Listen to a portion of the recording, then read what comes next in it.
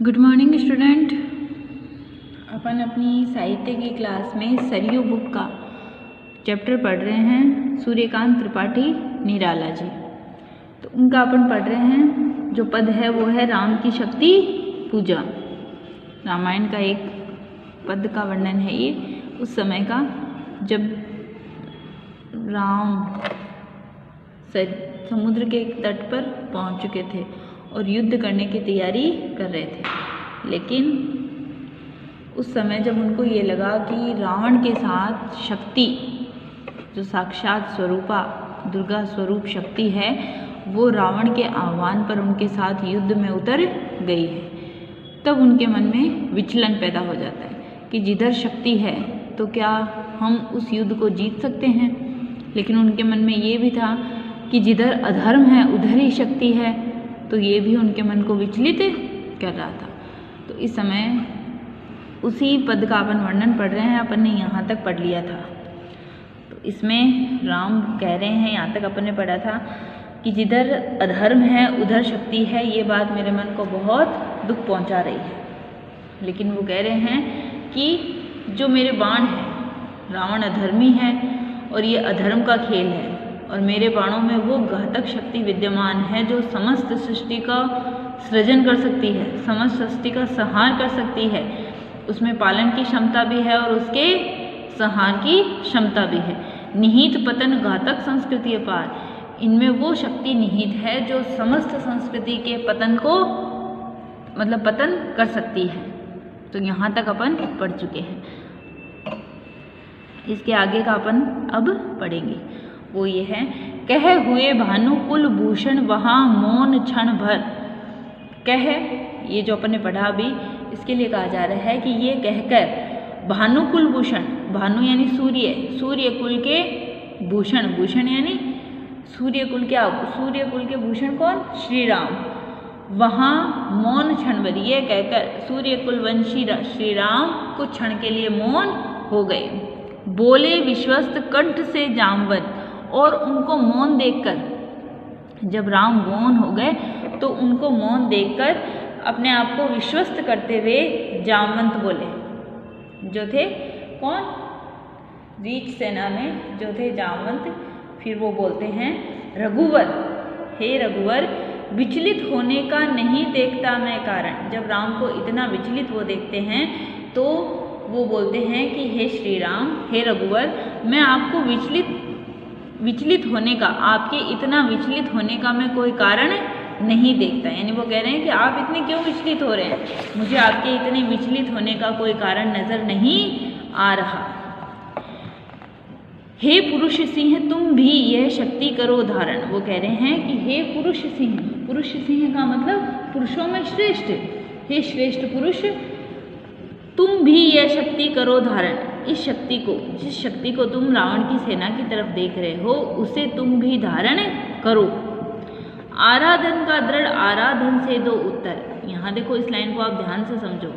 वो क्या कह रहे हैं? आराधन का, यानी रावण ने उनकी, भाई देवता है वो सबके हैं, जो उनकी आराधना करते हैं वो उसको अपनी कृपा दृष्टि बरसाते हैं। तो वो कह रहे हैं कि आराधन का दृढ़, जब रावण ने आराधना करके शक्ति को अपने पास बुलाया है, तो तुम भी आराधना करके उसको अपने पास बुलाओ। ये नहीं है कि शक्ति उधर चली जाएगी तो वो तुम्हारे पास नहीं आएगी, वो तो ईश्वर है, वो तो जो अच्छे कर्म करता है वो तो उनका साथ जरूर देते हैं। इसलिए वो कह रहे हैं कि आराधन का दृढ़ आराधन से दो उत्तर। तुम भी उनकी दृढ़ आराधना करो और आराधना से शक्ति को अपने पास बुलाओ। तुम वरो विजय संयत प्राणों से प्राणों पर। तुम वरो विजय, यानी तुम भी शक्ति की आराधना करके उसे अपने पास बुलाओ। तुम वरो विजय, और तुम विजय का वरण करो। यानी जब आराधना से करके तुम शक्ति को अपने पास बुलाओगे तो तुम्हारी विजय का वरण होगा, यानी तुम विजय को प्राप्त करोगे। तुम वरो विजय संयत प्राणों से प्राणों पर, यानी अपने शत्रुओं के प्राणों पर तुम अपनी प्राण शक्ति के प्रहार से, तुम वरो विजय, तुम विजय का वरण करो। संयत प्राणों से, शत्रुओं के प्राणों पर अपनी सुदृढ़ प्राण शक्ति से तुम विजय प्राप्त करो। रावण अशुद्ध होकर भी यदि कर सकता त्रस्त, यदि रावण है, तुम विजय का वर्णन करो। यदि रावण अधर्मी और अशुद्ध आचरण वाला होकर भी शक्ति का वर्णन कर सकता है, यानी रावण अशुद्ध होकर भी, यदि रावण अधर्मी है, अशुद्ध आचरण वाला होकर भी महाशक्ति के प्रभाव से सबको त्रस्त कर सकता है, यानी भयभीत कर सकता है, तो तुम निश्चय ही सिद्ध करोगे उसे ध्वस्त। तो तुम, अगर वो मतलब अधर्मी है और अशुद्ध आचरण वाला होकर भी अपनी शक्ति के प्रभाव से सबको भयभीत कर सकता है, तो तुम निश्चय ही शक्ति की आराधना करके उसका विनाश यानी उसे ध्वस्त करोगे। यानी वो अधर्मी है और फिर भी शक्ति की आराधना करके वो लोगों को उससे भयभीत कर सकता है, तो वो राम को ये समझा रहे हैं कि वो तो अधर्मी है। अगर वो अधर्मी होकर भी महाशक्ति के से लोगों को भयभीत कर सकता है, तो तुम निश्चय ही सिद्ध करोगे उसे ध्वस्त। तो तुम निश्चय ही आराधना से, शक्ति की आराधना करके तुम उसका विध्वंस करोगे। करो शक्ति की, करो मौलिक कल्पना, करो पूजन। अब देखो यहाँ तुम्हें समझना है, मौलिक कल्पना, शक्ति की करो मौलिक कल्पना, शक्ति की करो मौलिक कल्पना, करो पूजन। तो तुम शक्ति की मौलिक कल्पना मतलब अपने मन में उनकी कल्पना बनाकर आराधना करो, और करो पूजन, और उनका आराधना करके महाशक्ति का तुम पूजन करो। यानी मौलिक कल्पना मतलब तुम शक्ति की अपने मन में एक मौलिक कल्पना बनाओ कि ऐसी दुर्गा की छवि की अपने मन में एक कल्पना बनाओ और उन महाशक्ति का तुम पूजन करो। भाई जैसे इसलिए ये मौलिक ये कहा जा रहा है क्योंकि रावण का तो पूरा एक महल था जहाँ वो आराधना करता था देवी की, पूरा उसका महल था जिसमें किसी को आने की भी इजाज़त नहीं होती थी। तो अब राम तो कहाँ बैठे हैं, समुद्र किनारे बैठे हैं, इसलिए वो कह रहे हैं तुम मौलिक कल्पना करो, यानी तुम अपने मन में कल्पना करके महाशक्ति की आराधना करो और उनका पूजन करो। छोड़ दो समर जब तक सिद्धि हो रघुनंदन, छोड़ दो समर जब तक सिद्धि, तब तक न सिद्धि हो। छोड़ दो समर यानी वो कह रहे हैं कि तुम इतने दिन युद्ध छोड़ दो समर जब तक सिद्धि, तब जब तक न सिद्धि हो, यानी तुम तब तक युद्ध को छोड़ दो। जामवंत उनसे कह रहे हैं कि जब तक तुम शक्ति की आराधना करो और तुम्हें सिद्धियां प्राप्त न हो, तब तक तुम युद्ध छोड़ दो, यानी युद्ध मत करो। तब तक लक्ष्मण है महावाहिनी के नायक, और जब तक तुम युद्ध नहीं करोगे तब तक तुम इस महान सेना के नायक कौन होंगे? लक्ष्मण। वो बता रहे हैं कौन? जामवंत किसको कह रहे हैं? ये श्री राम को कह रहे हैं।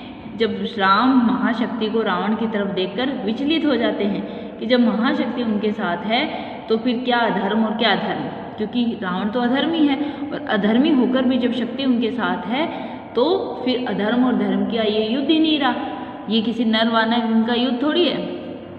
तब वो विचलित हो जाते हैं और वो कहते हैं कि इस युद्ध में हम विजय प्राप्त नहीं कर सकते।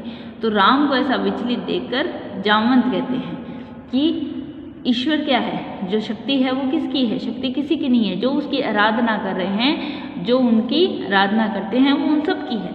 अगर रावण ने आराधना करके शक्ति को अपने पास बुलाया है तो आप भी शक्ति की दृढ़ आराधना करके उनको अपने पास बुला सकते हो। तब वो उनको बता रहे हैं कि आप उनकी आराधना करो, उनकी मौलिक कल्पना करो और उनका पूजन करो, और जब तक आपको सिद्धियां प्राप्त न हो आप समर को छोड़ दो, यानी युद्ध को छोड़ दो। अब वो कह रहे हैं कि जब आप युद्ध नहीं करेंगे तब इस महावाहिनी के यानी इस महान सेना के नायक तब तक कौन रहेंगे? लक्ष्मण रहेंगे। मध्य मार्ग में अंगद, और जो बीच का मार्ग है वहाँ अंगद उपस्थित रहेंगे। दक्षिण श्वेत सहायक, जो मध्य मार्ग होगा वहाँ पर कौन रहेंगे? जो मध्य मार्ग है वहाँ पर रहेंगे अंगद, और दक्षिण श्वेत सहायक, दक्षिण में श्वेत सहायक, श्वेत यानी सुग्रीव पुत्र, दक्षिण में कौन रहेंगे? श्वेत सहायक, दक्षिण में सुग्रीव रहेंगे। मैं भल्ले सैन्य, और मैं इस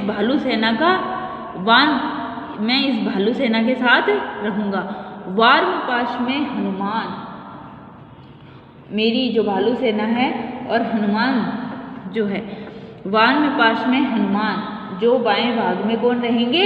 हनुमान। नल नील और छोटे कपिगण, जो नल है, नील है और छोटे कपिगण यानी जो छोटे वानर योद्धा हैं, वो कहाँ रहेंगे? उनके प्रधान सुग्रीव। उन नल नील और छोटे जो योद्धा हैं, वानर योद्धा हैं, उनके प्रधान रहेंगे सुग्रीव। विभीषण अन्य यूथपति यथा समय, और विभीषण उस समय उपस्थित हो जाएंगे जब किसी को कहीं पर आवश्यकता होगी। आएंगे रक्षा हेतु जहाँ भी होगा भय, जहाँ भी उनको सेना में किसी को भय होगा वहाँ वो उपस्थित हो जाएंगे, यानी जब भी किसी को आवश्यकता होगी वो वहाँ उपस्थित हो जाएंगे। आगे ये देखो, यहाँ तक तो आ गया था। वो कह रहे हैं कि आप युद्ध को छोड़ दो। मैं यहाँ से आपको एक बार फिर वापस एक साथ समझा देती हूँ। वो कह रहे हैं युद्ध छोड़ दो, इस जब तक आपको सिद्धियाँ प्राप्त नहीं होगी, आपकी इस महान सेना के सेना नायक कौन रहेंगे? लक्ष्मण। सेना के संचालन में वो बता रहे हैं कि मध्य मार्ग में अंगद, और जो मध्य मार्ग, मध्य भाग होगा वहाँ पर अंगद उपस्थित रहेंगे। दक्षिण श्वेत सहायक, दक्षिण में सुग्रीव, दक्षिण श्वेत सहायक, दक्षिण में सुग्रीव पुत्र जो श्वेत है वो वहाँ सहायता करेंगे। मैं भल्य सैन्य है वान पाश में हनुमान, मैं और मेरी भालू सेना यहाँ उपस्थित रहेंगे। कहाँ? वार्म पाश में हनुमान, मैं और मेरी भालू सेना तथा हनुमान यहाँ बाएं भाग में उपस्थित रहेंगे।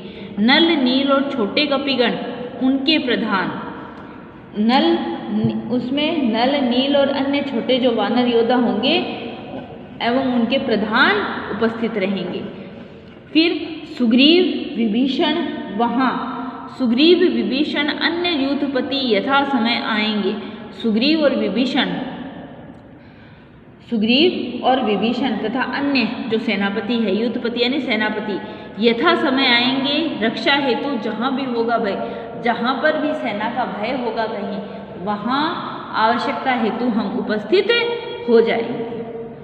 ठीक है, आगे अब यहाँ तक अब देखो,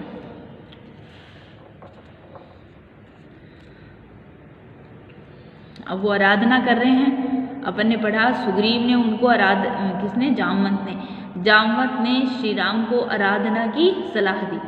राम आराधना कर रहे हैं।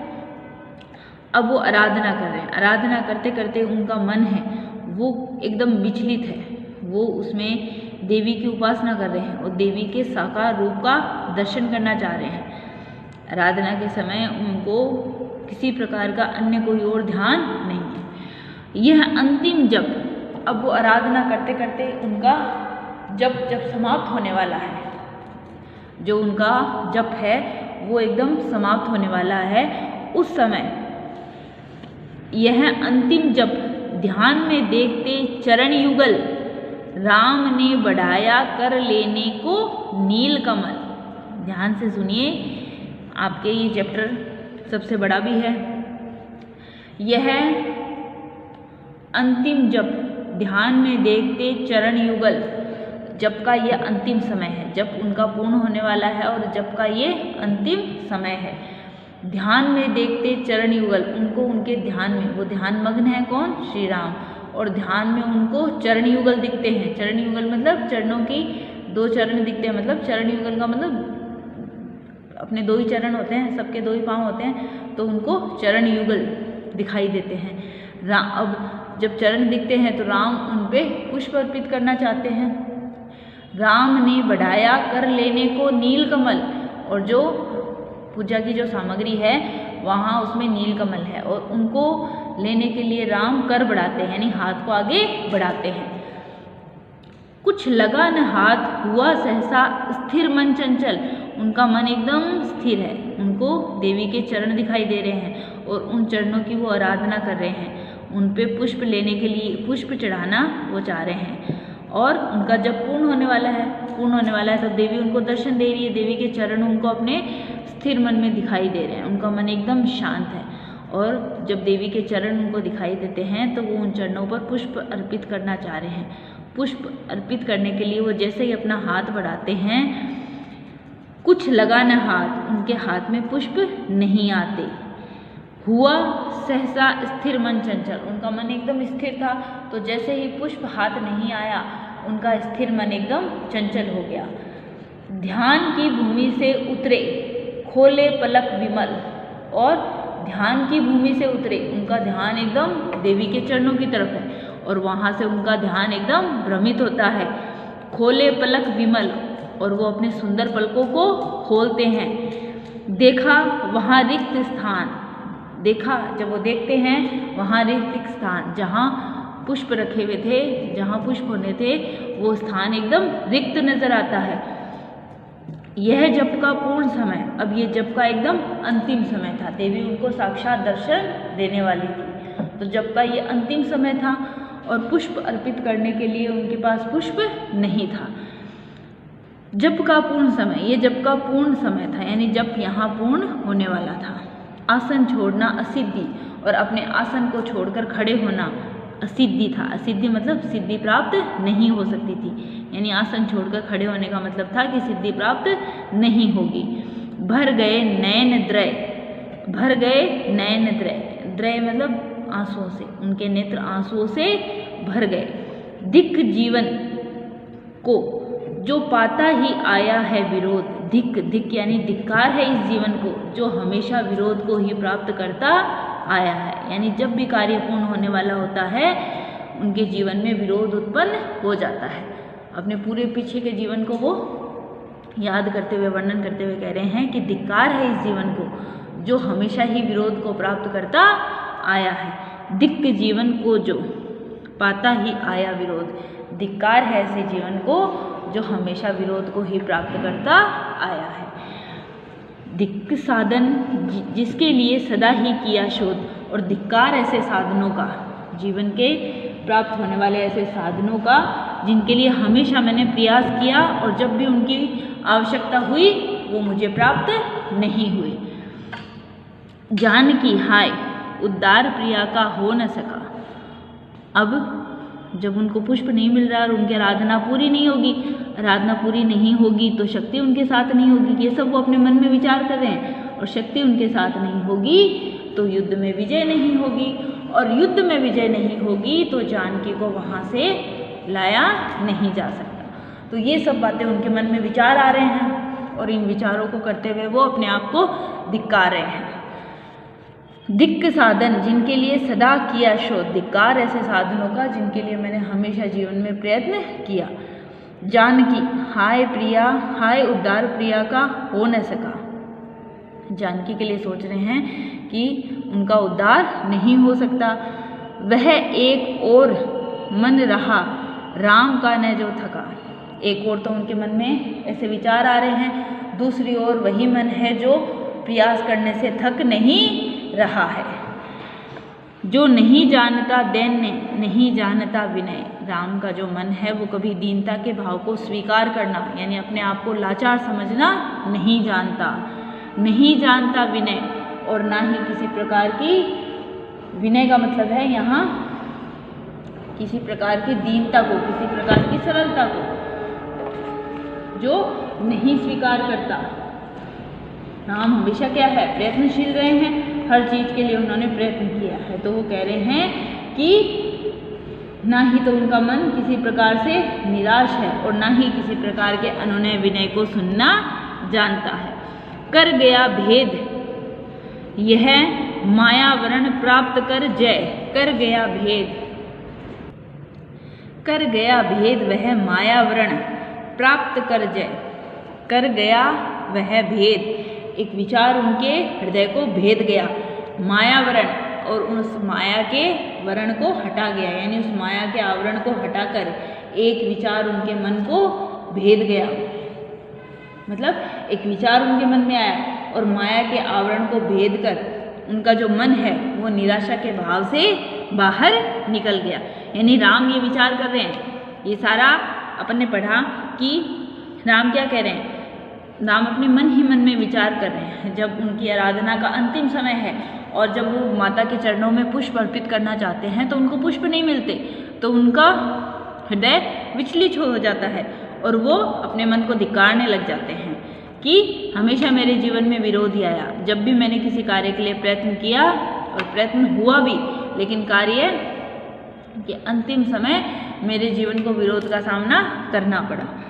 धिक्कार ऐसे साधनों पर जिनके लिए हमेशा प्रयत्न किया और आज ऐसा स्थिति है कि मैं सीता का उद्धार नहीं कर पाऊंगा, यानी लंका से उसको नहीं ला पाऊंगा।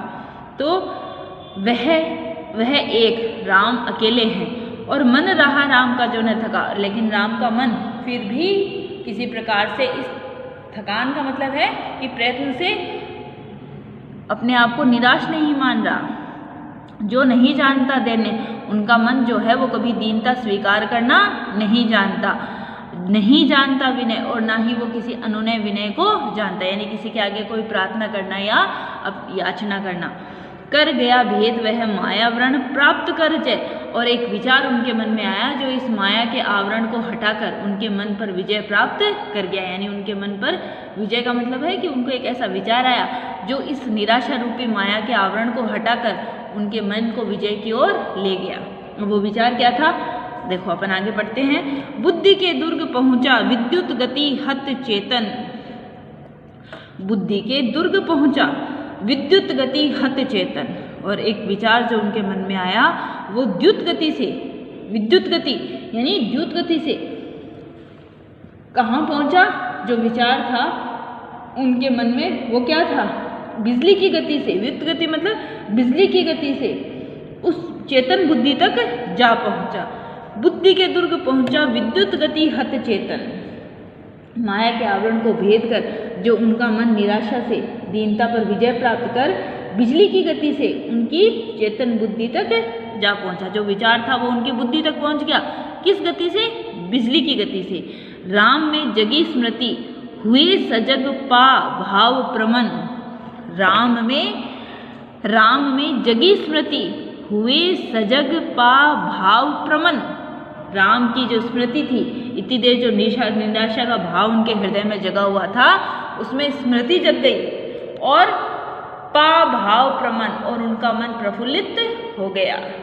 यह है उपाय कह उठे राम जो मंद्रित घन, यह है उपाय, यानी राम के मन में जो विचार आया उस विचार से उनका मन प्रफुल्लित हो उठा और उनके मन में से आवाज निकली, यह है उपाय, यह है उपाय कह उठे राम जो मंद्रित घन, जो निराशा के बादलों को हटाकर उनका मन कह उठा कि यही है उपाय, कि यही एक उपाय है।